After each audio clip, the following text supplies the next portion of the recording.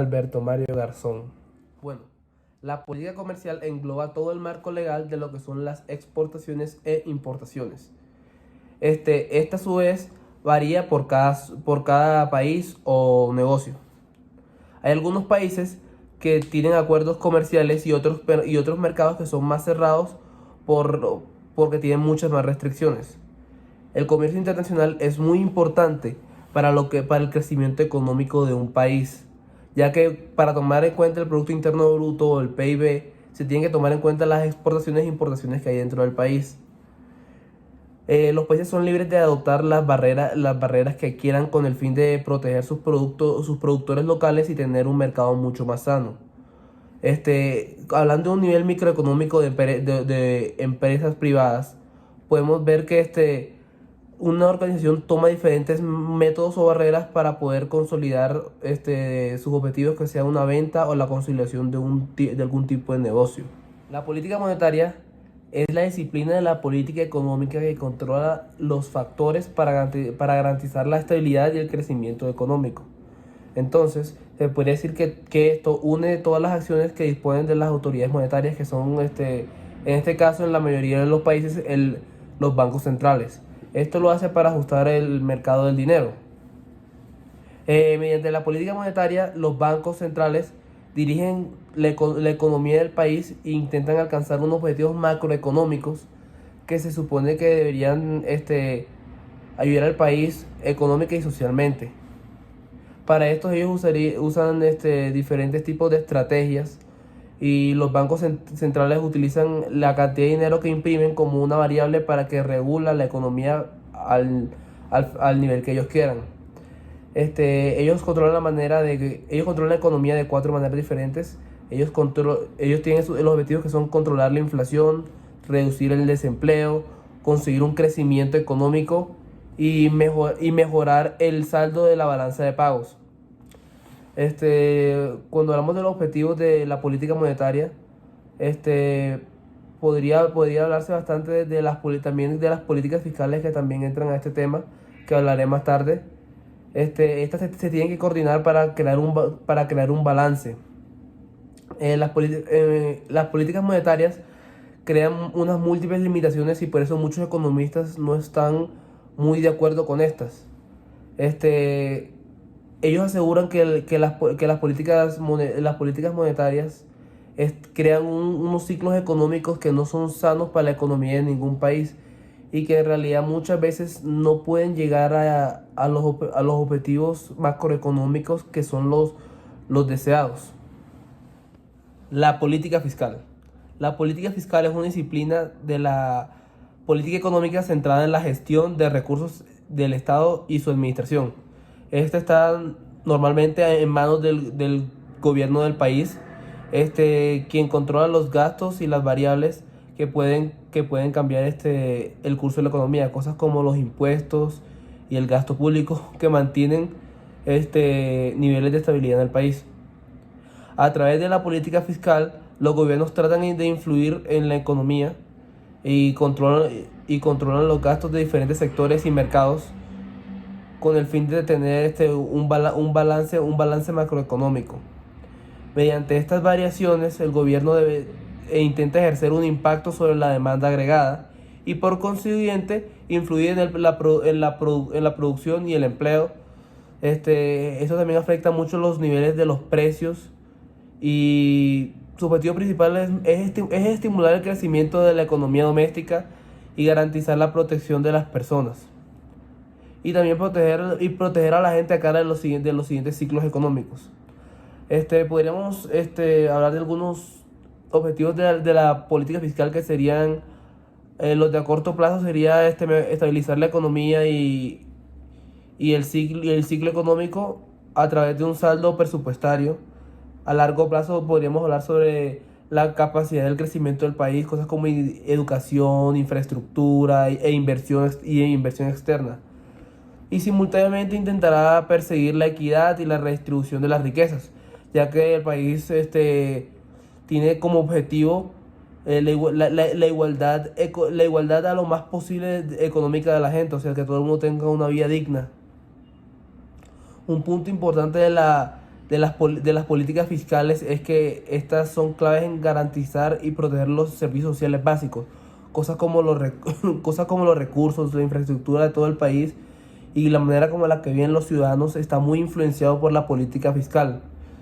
Eh, Hay una gran responsabilidad de estas decisiones porque tienen un efecto muy grande en la vida cotidiana y en los empleos de las personas, gracias a que el bienestar del país va a estar directamente correlacionado con las cosas como los impuestos que se le están aplicando a las empresas y a las personas. Este, bueno, tiene cierta complementariedad con la política monetaria y y su convivencia es clave para el bienestar de la gente del país y para tener una economía mucho más equilibrada. Por eso la política fiscal tiene suma importancia y es algo que se tiene que tratar con mucho cuidado en todos los países o en todos los estados posibles. El crecimiento económico es el aumento de la renta o valor de los bienes y servicios en un estado, producidos por una economía.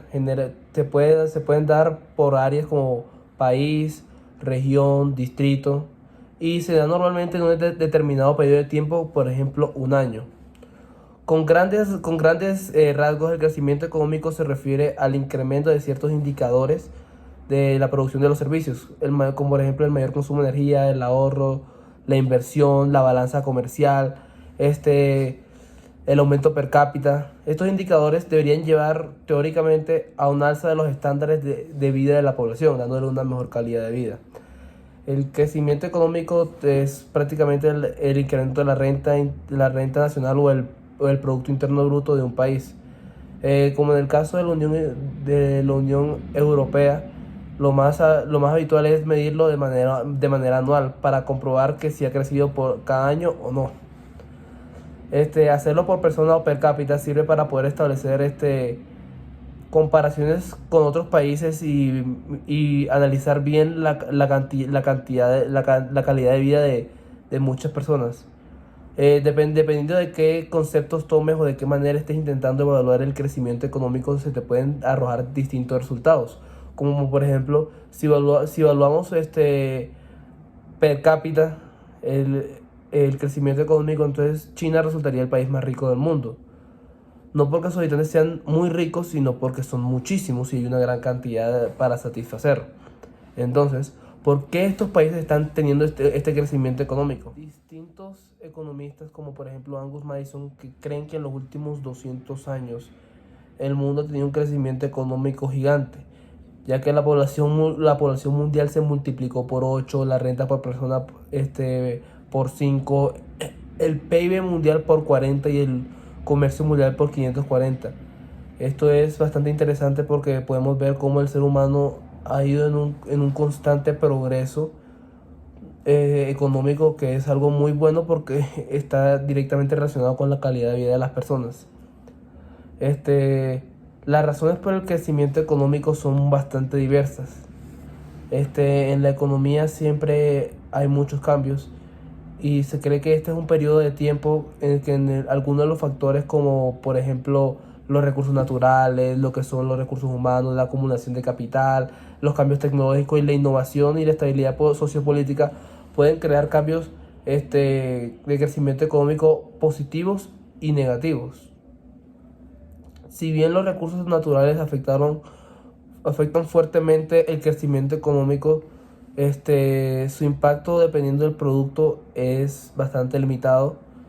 Es importante tener en cuenta que yo creo que lo más importante en el momento de crear un crecimiento económico es la estabilidad sociopolítica, lo que da bastante confianza y seguridad y bases fuertes a la economía de un país, y también la innovación y el cambio tecnológico que siempre queda bastante movimiento. Yo por eso creo que la razón principal por la que hemos tenido un crecimiento económico tan fuerte en los últimos 200 años, es porque en los últimos 200 años de historia de la humanidad hemos visto los avances tecnológicos más grandes que hemos dado. O sea, hemos ido en saltos muy grandes y es por eso que hemos crecido de la misma manera.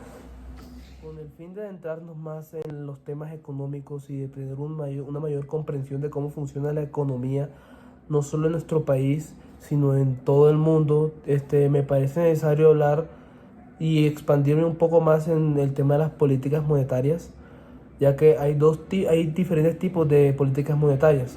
Existe la política monetaria expansiva y la política monetaria restrictiva. Hablando de la política monetaria expansiva, consiste en aumentar la cantidad de dinero en el país para estimular la inversión y con ello reducir el desempleo y conseguir más crecimiento ya. Es imprimir más dinero para mejorar las oportunidades de la gente, por medio de que haya más oportunidades de trabajo. La política monetaria restrictiva hace lo contrario, reduce la cantidad del dinero para reducir la inflación y que el dinero tenga un valor de mercado mucho mayor. Esto haría que el dinero no alcance para más cosas y aunque sea más escaso, el dinero tendrá un uso mucho mayor.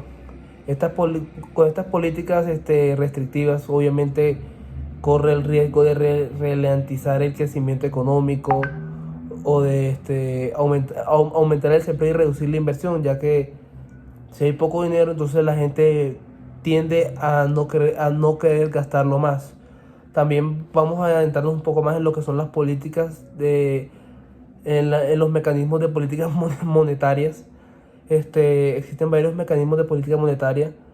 Vamos a hablar de el convencional y del no convencional. El convencional es aquel que utiliza mecanismos tradicionales. Nos referimos a tipos de intereses oficiales y la previsión de la liquidez. Un ejemplo sería el coeficiente de caja. Hablando de la política monetaria no convencional, cuando la política monetaria no convencional funciona, como el nombre dice, se utilizan herramientas no convencionales. El objetivo es inyectar o drenar la liquidez a la economía mediante mecanismos más agresivos.